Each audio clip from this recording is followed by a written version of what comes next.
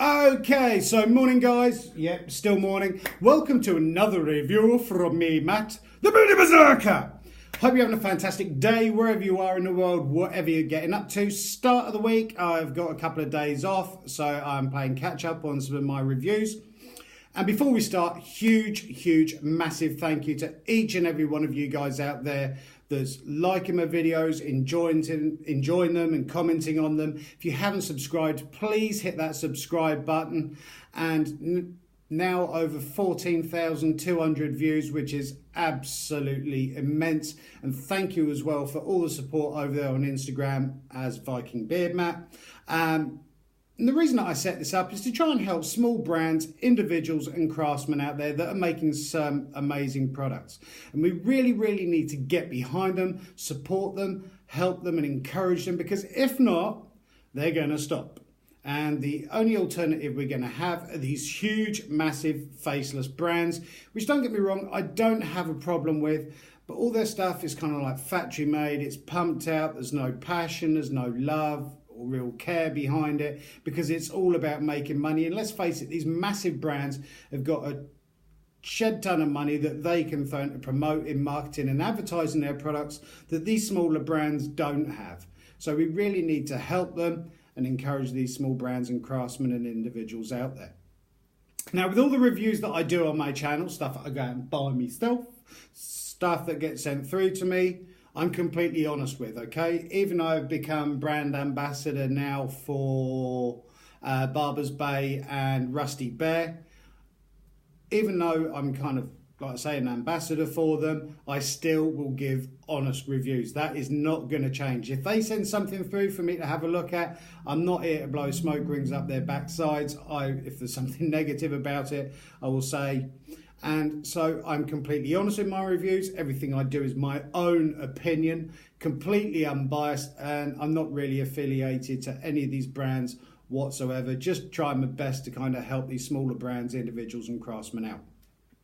Now I've got, just going to move this over slightly, a completely different review for you guys today, and there's a bit of a story leading up to it and everything. It's the first time I've done stuff all over the place. First time I've kind of done a review for like this. Now, bit of a story before we start, and a glug of coffee.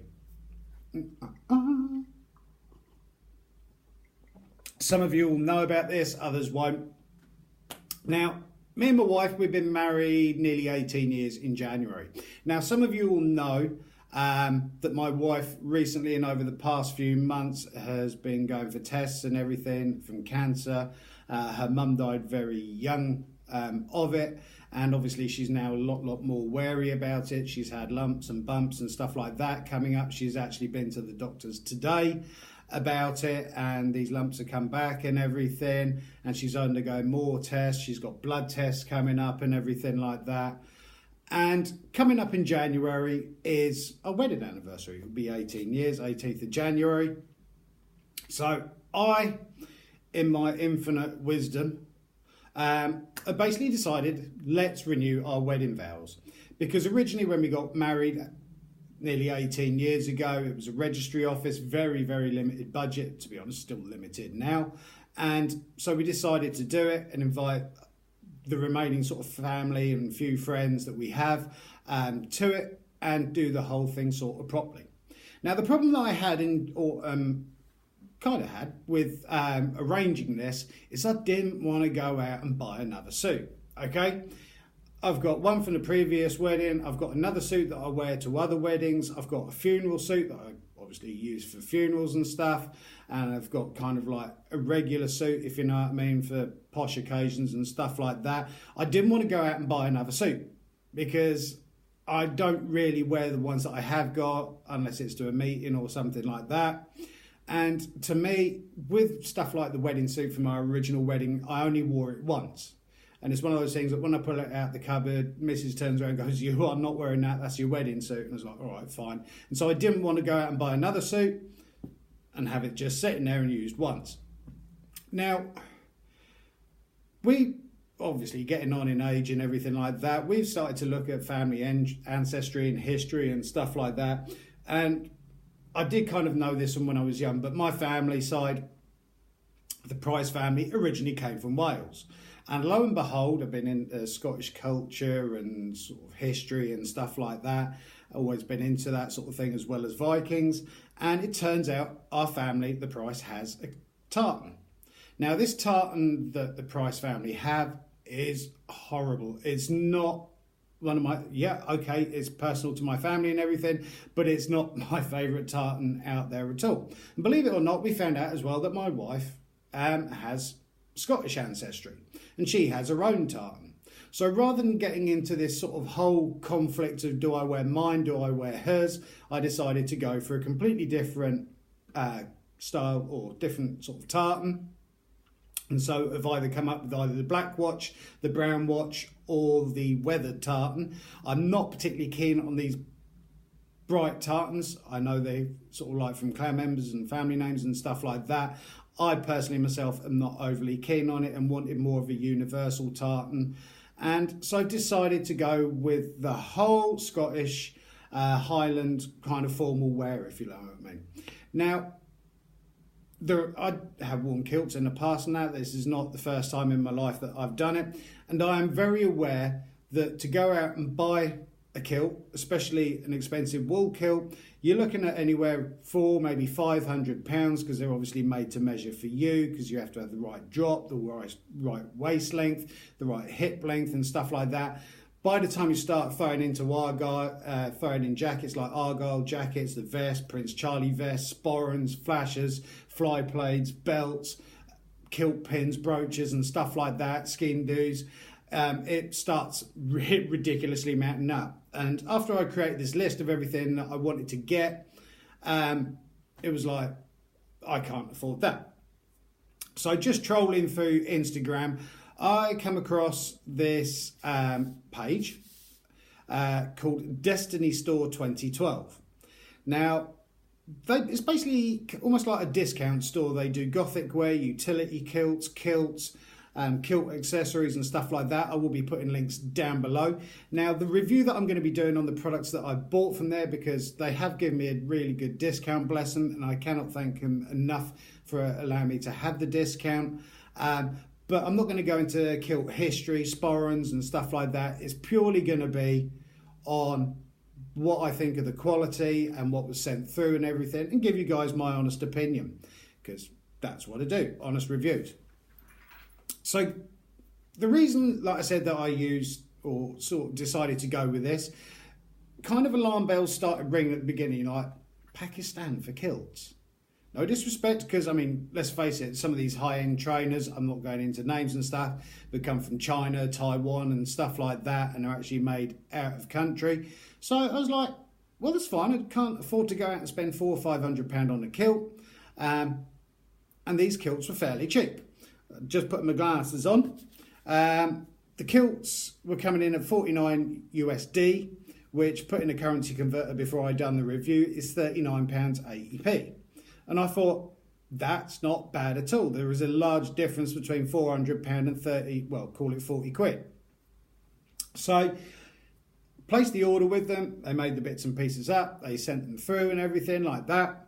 And I was kind of always worried about what's the quality going to be like. Now, the kilts themselves are made out of acrylic wool. Now, don't get me wrong. I know you're going to go into acrylic wool. You don't want to be wearing that. You don't need that. No, it's not very good and stuff like that. But this review is considering the price point to the quality. Even though it's cheap, is the quality going to be good? Now, for 40 quid for a kilt, I'm not expecting it to be made out of Highland wool, if you know what I mean, and to be milled in Scotland and places like that. So we're going to be looking at one of the kilts, some of the sporrans that they sent through, the flashers, the fly plaid, and the Argyle jacket and vest and stuff, and give you guys my general overview. Now, I have worn this, I've tried it, I've used it to see what it's like, to see whether the quality holds up. Now, I'm not a great expert on kilts. Like I say, I've done a shed ton of research into it, because obviously I'm going to be wearing this stuff for my wedding, and I don't want to be, or renewal of my wedding vows, so I don't want to be turning up and people going, well, that's wrong, that don't look right, why are you wearing that, and stuff like that. So I've done so much research into kilts, sporrans and stuff like that. Now with kilts, you probably know, like I said, you have to have your own kind of length. They don't necessarily come off the shelf. You can buy moderner ones, which has got Velcro inside, which kind of you can adjust to a certain degree. But a lot of them have got the two leather straps on one side and a single on the other, which holds everything in place. Obviously, with the kilt, it sits up by your belly button as opposed to down on your hips where your jeans tend to sit. So you've got to get the drop right from here down to your knee, because you can't wear a kilt above the knee, otherwise it starts looking like a mini skirt. You can't wear it too far down, otherwise it looks like a dress. And so it has to be sat right, 3 fingers width between your sort of where your kilt sits to where your hose comes up, which are your socks and everything like that. So it's a whole bloody minefield that I've had to get my head round and learn. So this is one of the tartan kilts that I went for. This is a weathered tartan because, like I said, I'm not particularly keen, although I don't have a problem with, on these really bright tartans. Because even though I have a YouTube channel, I'm not the most confident of people. And I have worn these kilts out and everything like that. And believe you me, you get stopped a lot. And lots of questions, lots of looks and stares and stuff like that. Because I live by the coast. I live in West Norfolk in the UK, and it's not the sort of normal thing. And it's really nice that I can turn around and say, well, my family has its own tartan, my wife does, and everything, and so that's kind of why I'm wearing it. And plus I'm very interested in Scottish culture and history and stuff like that, and Welsh history and everything. So the actual kilt that was sent through, now this is an 8-yard 16 ounce kilt, and it refers to the kind of like, the 8 yards is basically the amount of material that they use in order to make the kilt. You can get 5-yard kilts. You can also get lower weight fabrics as well and everything. But obviously I'm going to be doing the wedding vows in January. The chances are we're going to have the beast from the east full of snow and everything. So I wanted fairly warm. And like I say, I know this is acrylic wool. So please don't go putting your head in your hands going, oh, it's shit, it's shit. Because I have to admit, for £39.80, the kilt that was sent through, or the kilts, because I got 3, are really, really good quality. And this is the material out the side and what the material actually is. So I have worn this. You've got the 2 leather straps at the side. I've managed to do it so that I can, if I put on a bit of weight, I can adjust it. So if I'm getting fatter, and again if I lose weight, I can bring it a couple of pins. And when you do order a kilt, you want it so that you're kind of on the middle of the pin. Not that I wear a bra, but the same with bras. Bras can be tightened and loosened and stuff like that, and so you want the same. So you don't want it sitting here, then you lose weight and you've got nowhere to go. You don't want to be sitting here and you put on more weight and you've got nowhere to go. So ideally, you want that kind of centre notch. Now, I'd say I know this is acrylic wool, so that's fine, but we're looking at the quality, and the quality of it is very, very good. We did do a couple of video calls. He showed me around this kind of like little room factory and stuff where everything is made, and all the stitching on this is really, really well done. I've worn this kilt out several times now. I've had no issues at all with the actual stitching coming undone. And I know they say with acrylic wool it piles up and everything, it locks in moisture, it's really hard to clean and everything like that, but I've had no issues with it at all.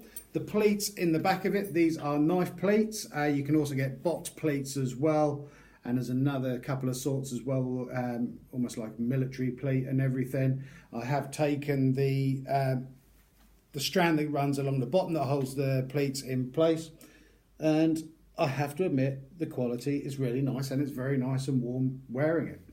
Also inside, as you can see, you've kind of like got this stitch almost protector in there and everything, and you've got hanging loops should you wish to hang them, but with the kilts I kind of keep it on one of those closed hangers where as you pull the handle down it widens up, and when you pull the handle up it closes in, so it holds everything flat and straight and everything. The buckles themselves, they're not like hollow ones or everything, they're actually really solidly put in there. Even the stitching around where the leather loop comes through, really, really good. And I was kind of shocked, because you never you always hear, no disrespect to anyone in any of these countries where lots of stuff is produced and everything, but you're kind of like, oh, I hope the quality is going to be all right. There'll be nothing worse than ordering this stuff and it comes through and it doesn't live up to expectations. But I have to say, I've had no issues with this whatsoever. And from the price point of paying £39.80 for a kilt, I cannot complain whatsoever. You've also got the belt loops on there as well for your sporran and your belt. No stitching has come unravelled. I've had no issues whatsoever or problem with the kilt. So the kilt, absolutely fantastic. I'll pop that on the chart. Also, I've ordered the jacket and the vest, the Argyle, as opposed to the Prince Charlie. I don't like the idea of wearing a bow tie. Because obviously with a beard, if I'm wearing a bow tie, you're not going to see it because it's going to be under here. So with the Prince Charlie vest, you tend to find you get less buttons and you've got more of a V of your white shirt showing underneath if you wear a jabot or something like that. So I prefer the Argyle one, which is, you can dress up as formal, semi-formal and stuff like that. With the Argyle vest, it comes a lot higher. So I actually got a black tie to go with the shirt and everything, which is why I went for the Argyle and not the Prince Charlie. And they do the Prince Charlie if you that sort of thing. Excuse me. Came in a little suit carrier. I'm not going to take the whole thing out. I might have to actually. Well planned. And again,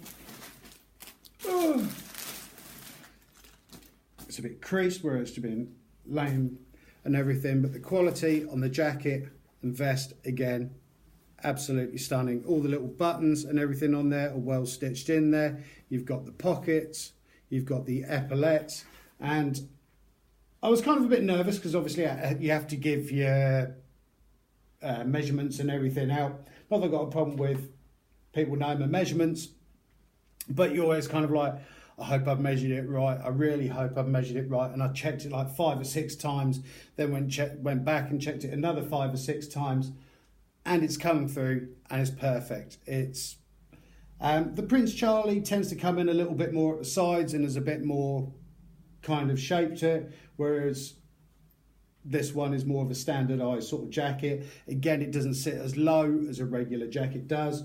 You've got pocket in the front there.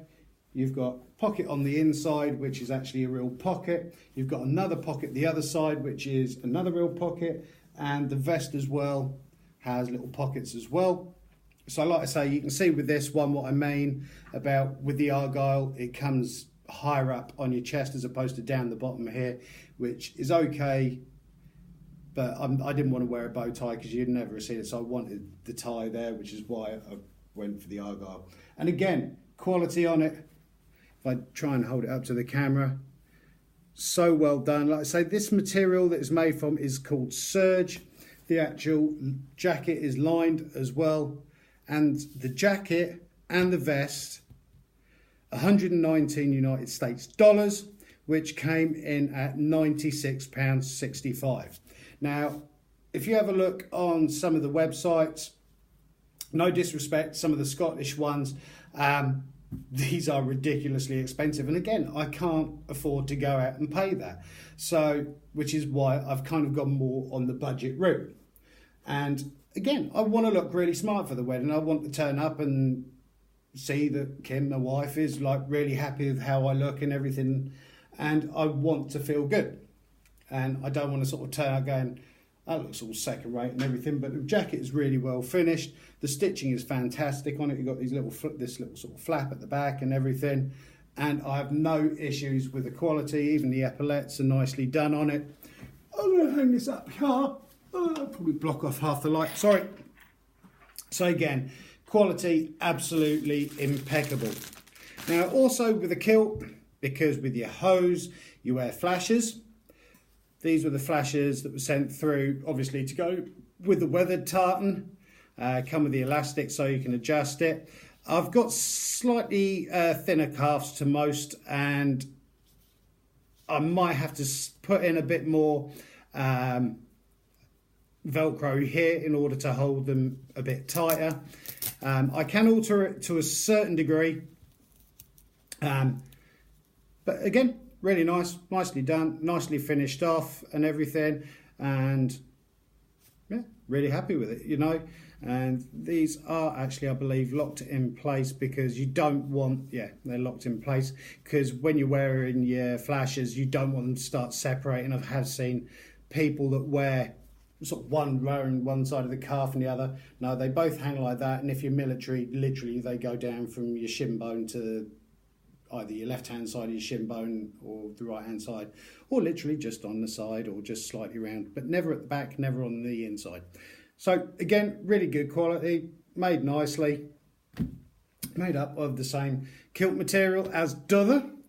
Now on top of that, I obviously needed the other gubbins as well that go with it, and I've become kind of a bit of an expert on sporrans and learning all about sporrans and stuff like that.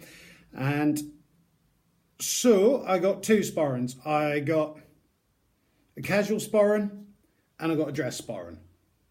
So difference is with your sporrans, a casual sporran is basically made all out of leather.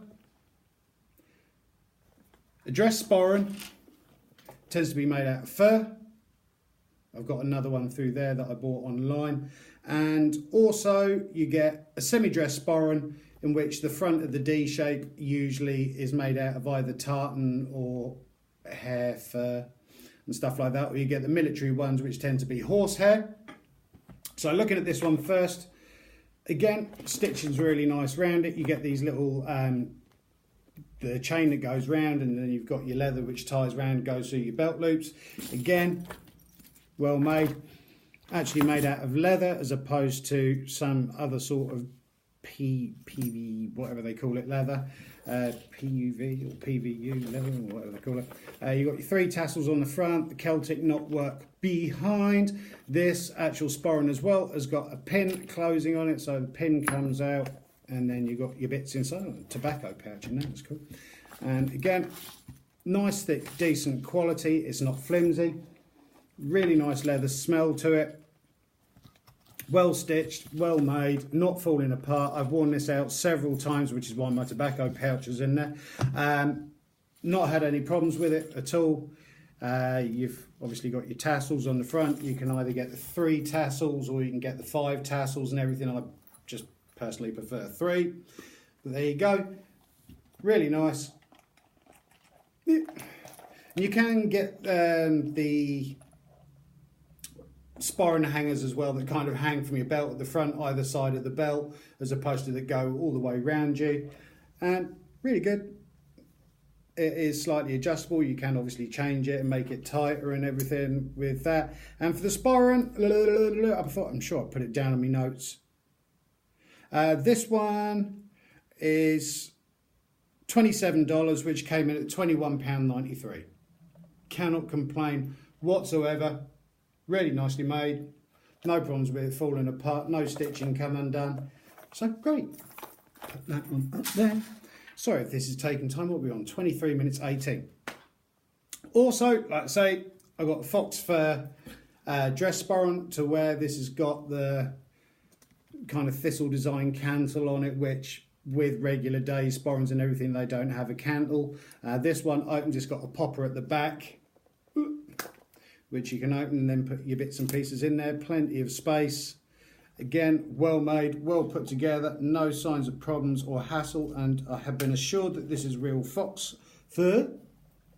And as you can see, it does have space that it can, obviously you can put stuff on it. And the pin on the top is obviously fake, because the old way of opening it was kind of like a pull pin that would pull the spike out from the latch, then you can open it. But they've kind of, modern times now, they've done away with that, so literally have the opening on the back. It's got the Highland thistle design on it, same sort of chains. This one has almost like a black and silver chain to it as opposed to the shiny silver. Again, same decent belt loop belt that holds everything in place. Really well made. Really nice. I have heard, obviously, with rumours and stuff like that, and doing my research online, that with fur sporrans and everything, they do have a tendency of shedding and everything. But I'm only going to be wearing it for one day, and then it will be put away and everything.